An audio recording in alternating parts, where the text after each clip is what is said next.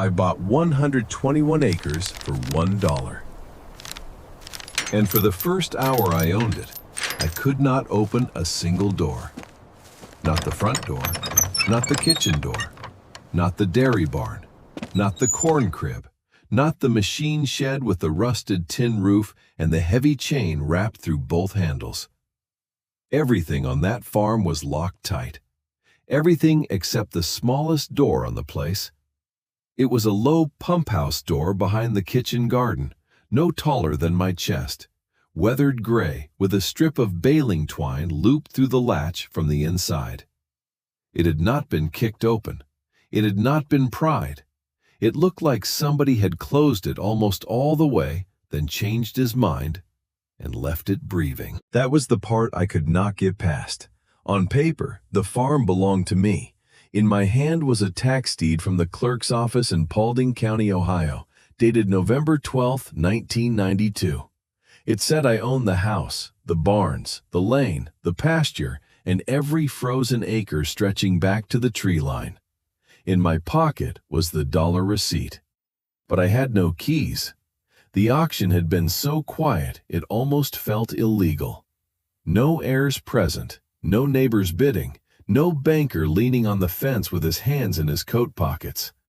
Just me, the auctioneer, one deputy from the county, and a cold wind running over the picked corn stubble. When the auctioneer opened the bid at $1, nobody raised a hand, so I did.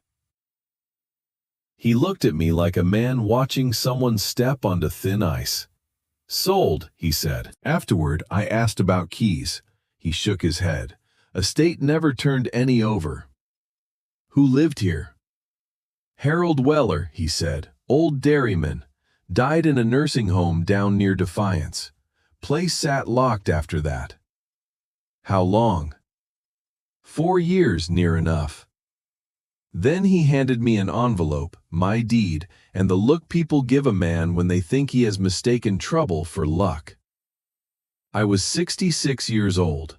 I had farmed all my life on ground my father broke with horses, and my sons had no interest in keeping. My wife Ruth had been gone 18 months, and her hospital bills had taken the south field first, then the timber lot, then most of the equipment. What I had left was a tired pickup, $940 in checking, and a tax notice on my own place that said I had until December 20th to come up with $2,314. So yes, I raised my hand at a $1 farm. A man with nothing left to lose will sometimes bid on a locked door. I walked the house first. White clapboard, porch sagging at the middle, lace curtains still hanging behind dusty glass. I tried every door. Locked. I tried every window, latched. The back porch boards creaked under me like they were arguing. The dairy barn was the same, padlock, chain, no give. The machine shed had a lock as big as a fist, orange with rust, but still holding. I had just about decided to drive back into town and buy a bolt cutter when I saw that pump house door. It stood partly open, not enough for a man to walk through, just enough to show a line of black inside. I stood there longer than made sense. The yard was dead quiet. No traffic from the county road, no dogs, no cattle.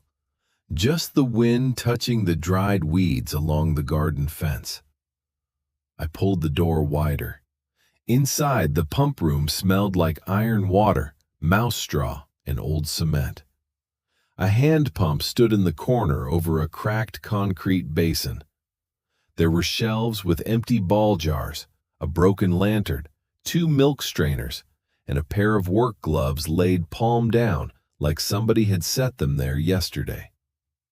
At the back wall, half hidden behind a piece of plywood, was a narrow stairwell going down. Not a cellar door. A stairwell. I had never seen a pump house built that way. I should have gone back for a flashlight. Instead, I took the little pen light from my glove box, slapped it twice against my palm until it came alive, and started down. The stairs were stone, damp at the edges, worn smooth in the middle by years of boots. 6 steps down, the air changed. It got cold enough to make my eyes water. By the bottom, I could hear water ticking somewhere in the dark, slow and steady. The room under the pump house was not big, maybe 10 feet by 12. The ceiling was low, the walls limestone, the floor hard-packed clay. It was too clean to be forgotten, and too bare to be useful. That bothered me more than a room full of junk would have. There was one shelf on the far wall. On it sat 3 things: a red ledger with a cracked spine, a cigar box wrapped in waxed paper, and an envelope with my name on it. Not my actual name, but close enough to stop my breathing. On the envelope, in careful pencil, someone had written, "For the next man who comes here needing more than a bargain." I read it 3 times before I touched it. Inside was one folded page. The handwriting was straight and narrow, every line pressed hard into the paper like the man had been writing on a rough table. The letter began, "If the farm went the way I arranged it, the county sold it cheap enough that a speculator would laugh at it, and a working man might take the risk. My name is Harold Weller." I lowered myself onto an overturned nail keg and kept reading. Harold had bought the place in 1956, with $600 down and a note from Farmers State Bank that made him sick every time he looked at it. He milked 28 Holsteins, raised corn on the better ground, hay on the poorer ground, and fixed other men's equipment in the winter to keep the farm alive. He wrote that the farm was never rich. It was stubborn. That line stayed with me. He said his wife Alma had kept the books until the stroke took her right hand in 1974. After that, Harold kept them himself. The red ledger was the last of them, 1975 through 1988. I opened it with the penlight between my teeth. Every page was full. March 8, 1976. Bought 4 used stanchions from Miller's sale, $42. June 19, 1979. Vet call for cow number 14, $31. Milk check short again. October 3, 1981. Rebuilt water pump seal. Saved $86 doing it myself. January 14, 1983. Bank man came, said consolidation, told him no. The entries were not dramatic. That was what made them heavy. Feed, seed, diesel, repairs, weather, milk prices, fence wire, doctor bills. A life reduced to numbers, because numbers were what the world used to decide whether a man got to keep standing. Then the entries changed. Starting in 1984, Harold began writing a second number at the edge of each month. Cash jar. Not big amounts, $11, $34, $16, sometimes nothing. By 1987, the line was there every month. Cash jar, $8,910. Cash jar, $11,240. Cash jar, $14,075. I turned pages faster. The last full entry was September 2, 1988. Sold final milk cows. No more barn nights. Alma cried. I did not in front of her. Below that, in the same pencil but shakier, he had written, "Kept the tractor, kept the ground, kept the promise." The cigar box had been sealed with wax. I broke it open with my pocket knife. Inside was not money. It was a ring of keys, 32 of them, each tagged in Harold's handwriting. Front, kitchen, barn north, barn south, corn crib, machine shed, fuel room, cellar, office, tractor box.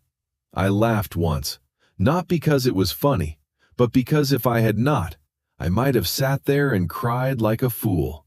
A $1 farm with no keys had kept its keys under the only door left open. I climbed out of that little underground room with the key ring in my fist and the letter in my coat pocket. The house was first. The kitchen key turned hard, then gave. The door opened into a room that had been waiting in complete silence. There were dishes in the cabinet. A calendar from 1988 on the wall, still turned to October. A brown glass medicine bottle by the sink. A cane leaned beside the icebox, and there was a worn path in the linoleum from the stove to the table. The place did not feel abandoned. It felt paused. I walked room to room, opening curtains and letting gray November light spill over furniture covered with sheets.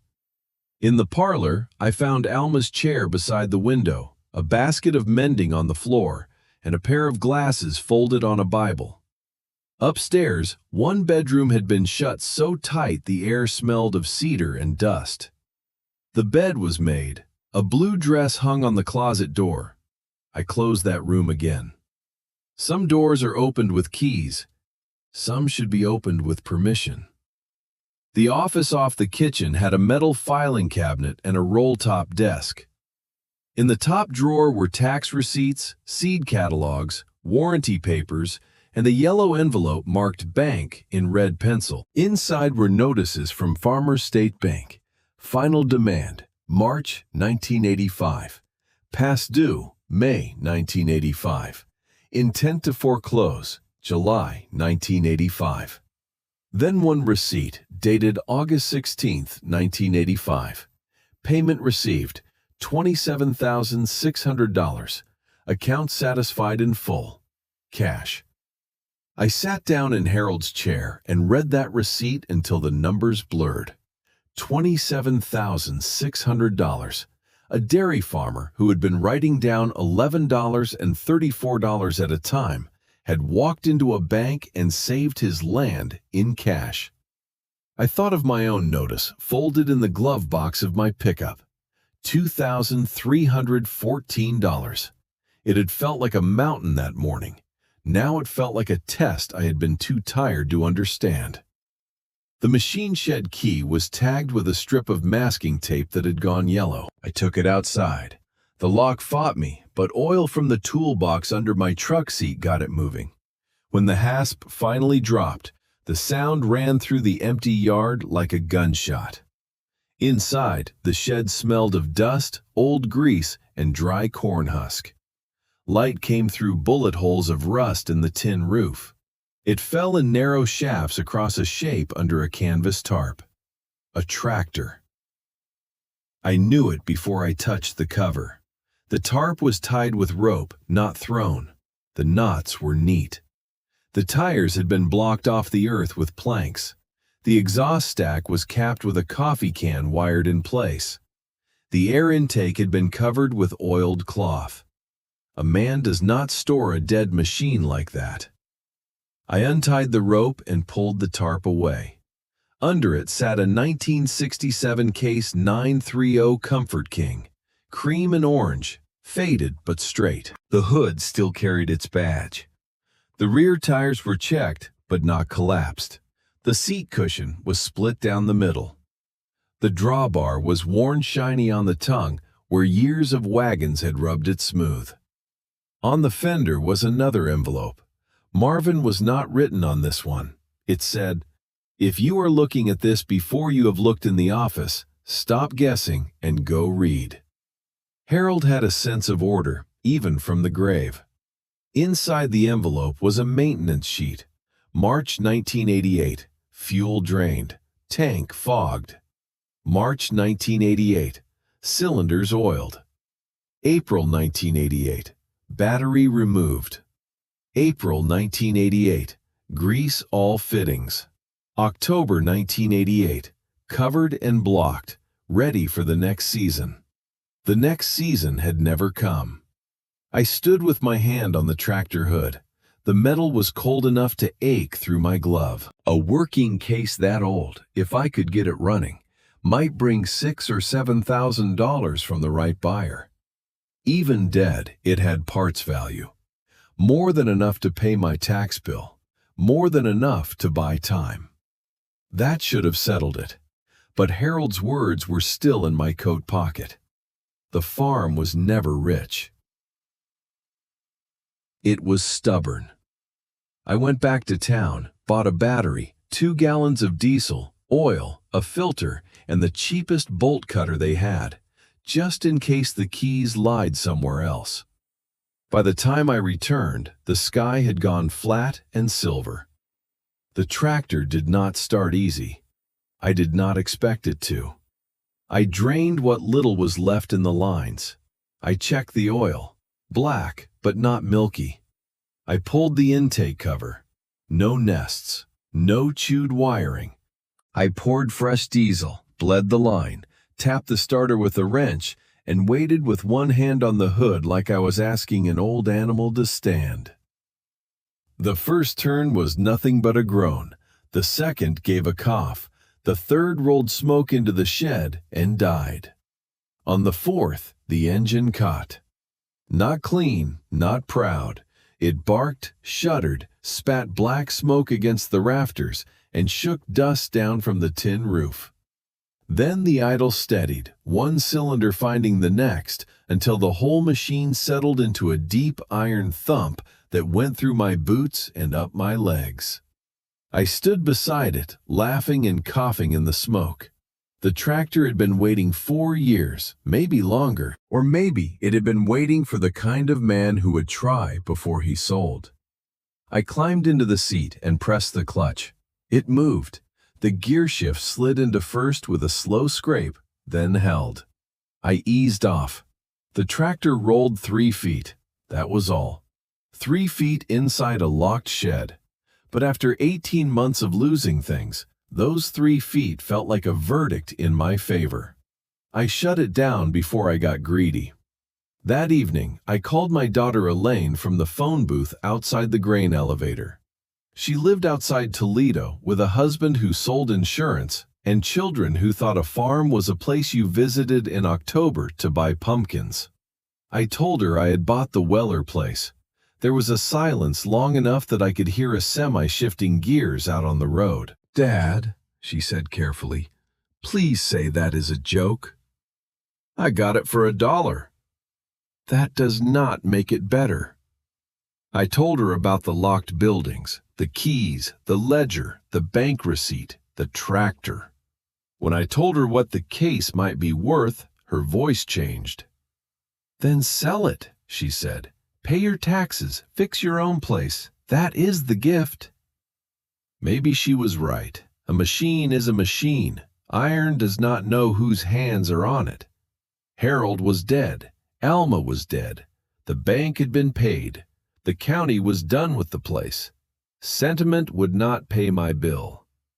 But after I hung up, I sat in the pickup outside the elevator and could not turn the key. Sell the tractor, and I would save my place for a while. Keep it, and I would have a farm I could maybe work if my knees held and the winter did not bury me before spring. The smart choice was obvious. That was the problem. Most of the worst choices in my life had introduced themselves as obvious. I slept in the house that night because I was too tired to drive home. There was a wood stove in the kitchen, and the flue drew after I cleared a bird nest from the cap. I found a quilt in the parlor, shook the dust from it on the porch, and lay on the sofa while the old house ticked and shifted around me. Sometime after midnight, the wind came up. A loose shutter banged upstairs. The pump house door squealed. And I remembered something from Harold's first letter. He had written that if the farm went the way he arranged it, a working man might take the risk. Arranged it. Not left it, arranged it. By morning, I was back in the pump house room with the pen light between my teeth, reading the red ledger from the back forward. On the inside cover, where I had not looked, was a note in pencil. If the case runs, do not decide anything until you pull the 4th stair. I counted the pump house steps from the bottom. 1, 2, 3, 4. The 4th stone step looked like the others, but when I ran my fingers along the right edge, I felt a notch. I pushed. Nothing. I pushed harder. The face of the step shifted half an inch. Behind it was a tin flour can wrapped in feed sack cloth. Inside the can was a bundle of papers tied with binder twine, a folded plat map, and 3 sealed bank envelopes. No cash.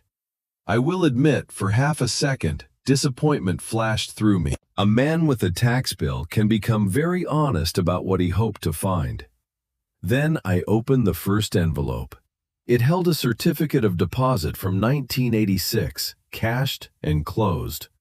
The second held the bank payoff receipt I had already seen, but with a handwritten note clipped to it. Paid from cow money, repair money, and Alma's egg money. The bank believed I was finished because they counted only what I owed, not what I refused to give them. The third envelope held the county tax receipts for every year from 1956 through 1988. No gaps, no liens, no mortgage, no unpaid assessments. At the bottom of the can was a smaller note. The land is clear. The machine runs if treated right. The north field still drains. The lower 12 will drown in a wet spring, so do not plant corn there unless you enjoy feeding the creek. Use what is here before you sell what is here.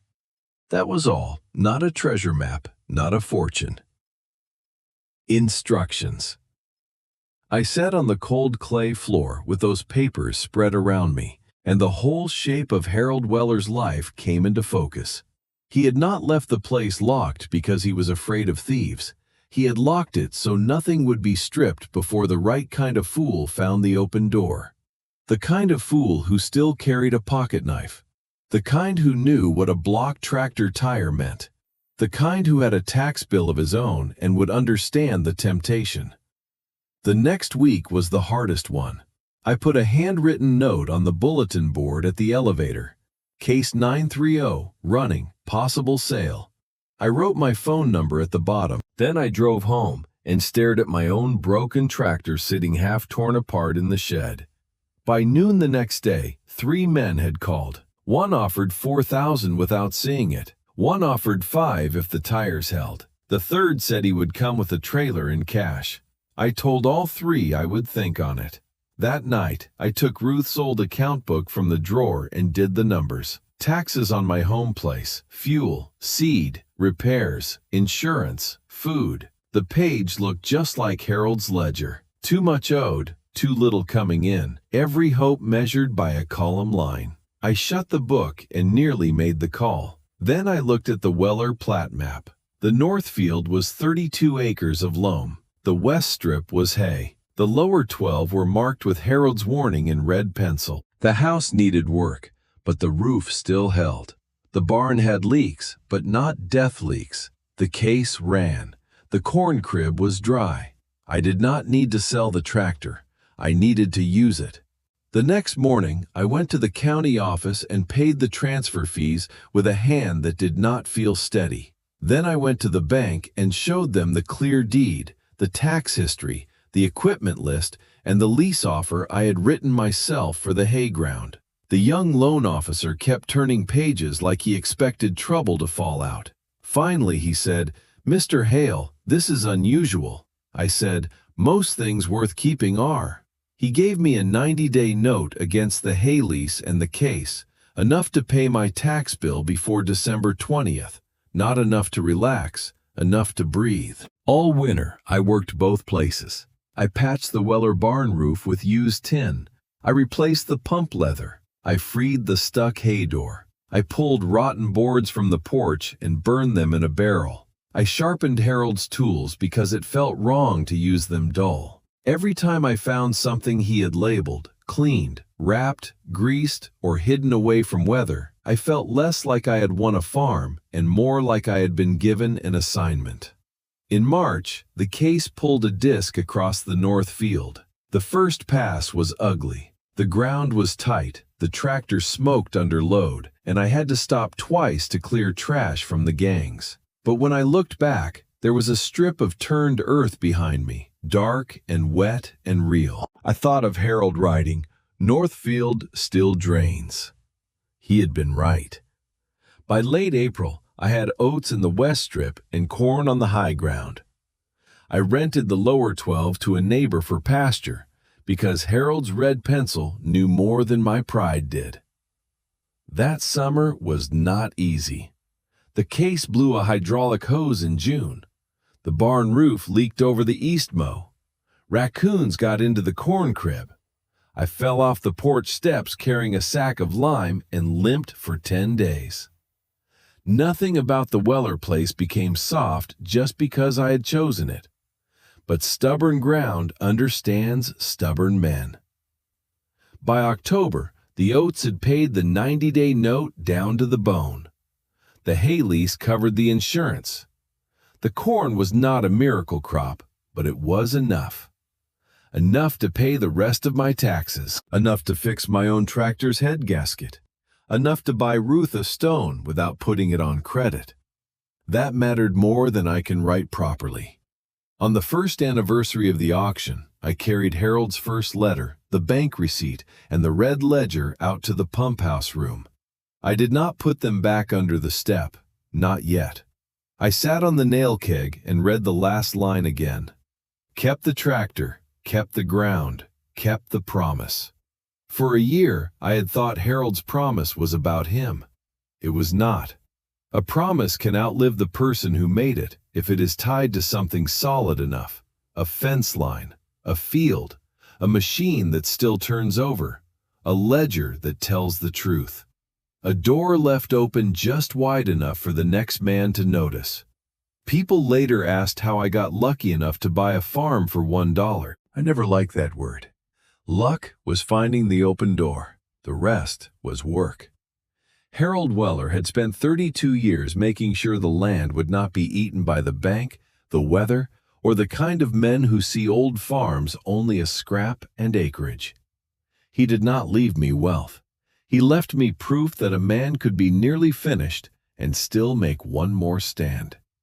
That was worth more than the tractor, more than the deed, more than the number printed on any tax bill. In the spring of 1994, I painted the pump house door blue so it would not disappear into the weather again. But I did not fix the latch. I left it the way Harold had left it, almost closed, still breathing. Because some things are not left behind because they are worthless. Sometimes they are left behind because someone still believes the next pair of hands will know what to do.